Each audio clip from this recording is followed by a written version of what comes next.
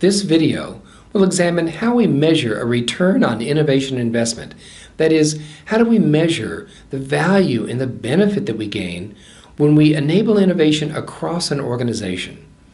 Now, my own journey in exploring this began in the 1990s when the comptrollers at Northern Telecom in North America asked if I would facilitate a session with them where they wanted to examine how they could change their reputation and their practice of being the naysayers of innovation, being the people who were seen as the ones who said no to innovation initiatives because they couldn't justify them by the normal financial, tangible means.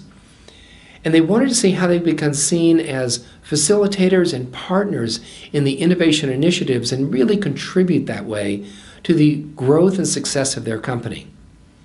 And during that session, one of the men stood up with a brilliant insight and said, one of our main roles as comptrollers is to be the scorekeepers of the organization. If you do this, you can expect this result. When you did that, this was the result. But at the same time, he says, our missed opportunity is that we can also be the changers of the scorecard itself. We can actually change what the measures are so that we can take into account the intangible benefits that currently we cannot account for. For example, how would we measure the potential benefit of increasing customer loyalty? And so this began their journey to shift the way they saw the measures for innovation initiatives. And this is similar in a way to the shifting in accounting that has been seen in that field between traditional accounting and activity-based costing and accounting to balanced scorecard to lean accounting. And I once actually brought this notion up to a group of 200 financial managers I was speaking to about, again, changing the scorecard itself. And they were very enthusiastic. They said, yes, we actually have many ideas for how to change the scorecard to better measure our return on innovation investment. But they also taught how it's not an easy thing to do. They said, most of our managers, they know how to play the game with the current system. And they actually resist changing the scorecard if it means that they, again, have to learn something new about how to run the game of their business.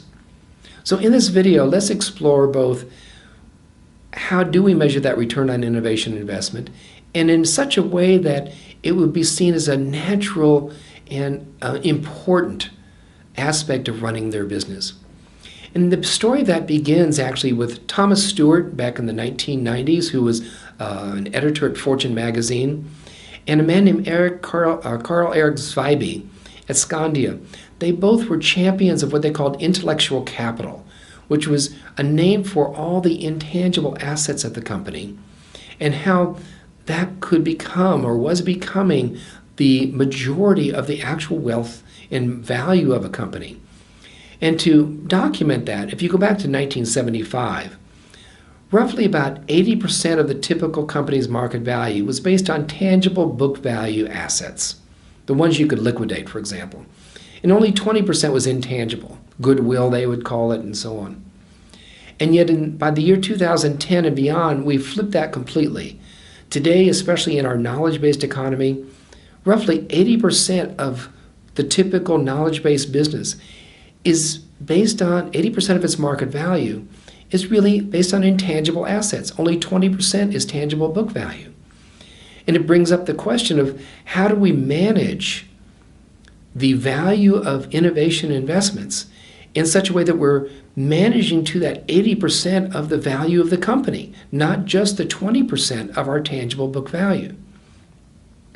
And so when we look at that, one of the beginning places to examine is, where does this hold true? Let's just get some good examples.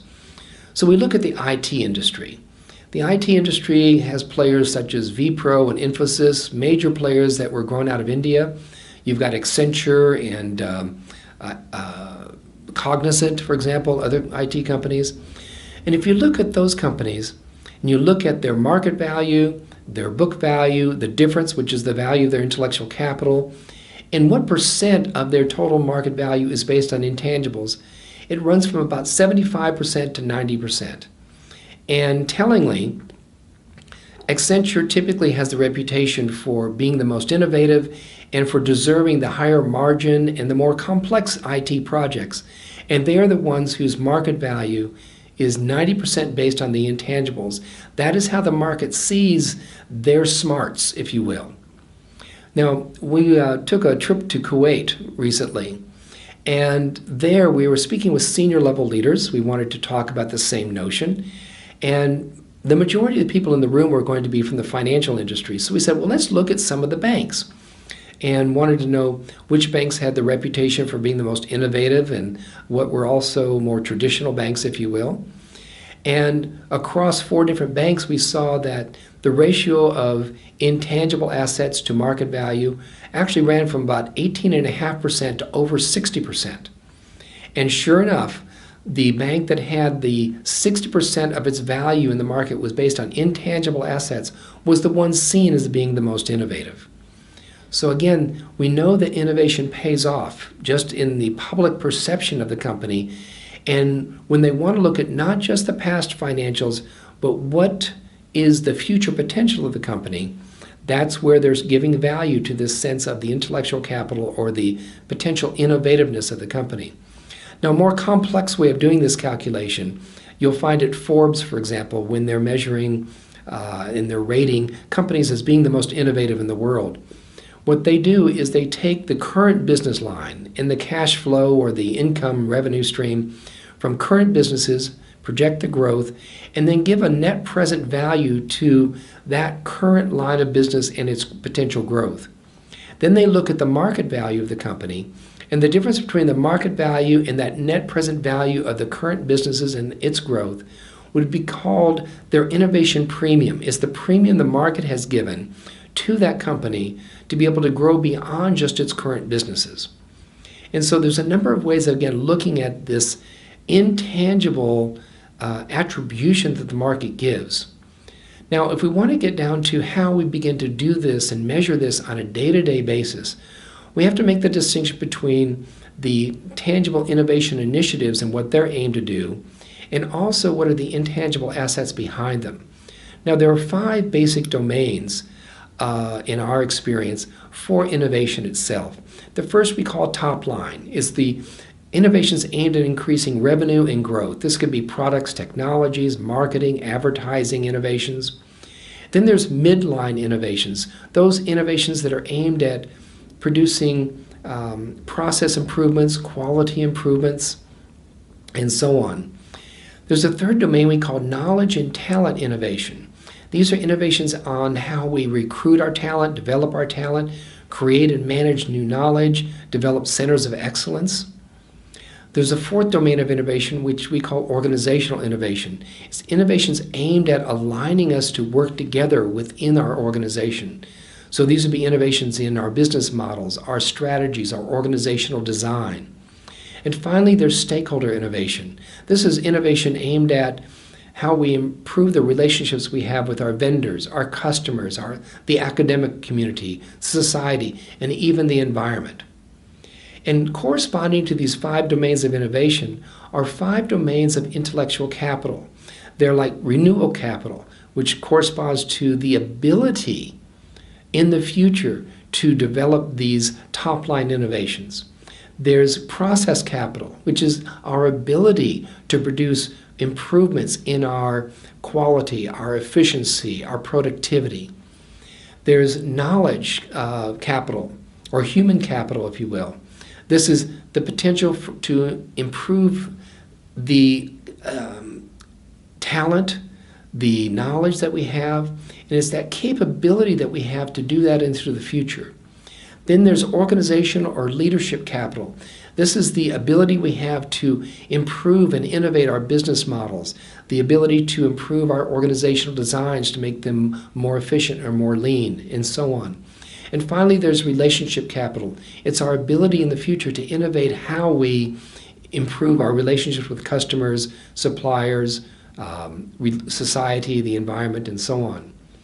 And so in a day-to-day basis, we're really looking at 2 measurements we need virtually for every project that we undertake, for every major initiative. The first is, what are the tangible benefits that we gain? And those benefits are along the lines of the 5 domains of innovation. And then there's the intangible benefits, which are along the lines of the 5 domains of intellectual capital. And as we measure those together, we start gaining the actual true measures of a return on innovation investment. Now, just for example, if you look at the tangible measures that we could have, under top line, we could have what's the amount of revenue gained from introducing new products or technologies over the last 3 years. In process or midline innovations, it's how well we have actually experienced costs and cost improvements and experienced efficiencies. In the area of knowledge innovation, it's how well we've gained patents and licenses and publications. When we come to organizational, it's what has been the benefit that we've seen in the bottom line from a new business model. When we come to stakeholder innovations, it's how much have we actually had repeat business from our customers based on what we've done. Those are all good tangible measures. When we come to the intellectual capital measures of those assets, the intangible assets, when we have growth capital, we can talk about what is the pipeline of new products that we have coming forth in the future. That would be one intangible measure, if you will. We have process capital. We can talk about what are the best practices that we've learned and how are we spreading those best practices throughout the organization. When we come to human capital, we're talking about to what extent have we actually used and shared knowledge across the organization, say with a knowledge management system. We come to organizational capital, we're talking about what is our capability of doing strategic planning across different scenarios, and spreading our risk in a more conservative way, and yet have more innovative strategies at the same time. What is that capability? And finally, in relationship capital, we can talk about how do we actually have a building of customer trust, customer loyalty, for example. As we measure those kinds of intangibles, we're now coming back to what the people at Northern Telecom had that wonderful insight about, which is if we can change the scorecard, we can change the behavior. And by changing the behavior, we also change the way we actually manage in a more disciplined fashion the true value of our company. Now again, this is not always an easy process to introduce. We've seen with all the measures for sustainability and the triple bottom line reporting that introducing not just financial measures but social measures and environmental measures and building that into the organization takes time. It takes time to change the fabric of what people look for in terms of what they're accountable for, what's responsible, and what really reflects the true value of the difference we can make in the world. But it is worth it that when people see that what we're actually measuring gets back to the true value of the organization. And what it comes down to is that here we are now measuring tangible and intangible, the way we've achieved, the way we've learned.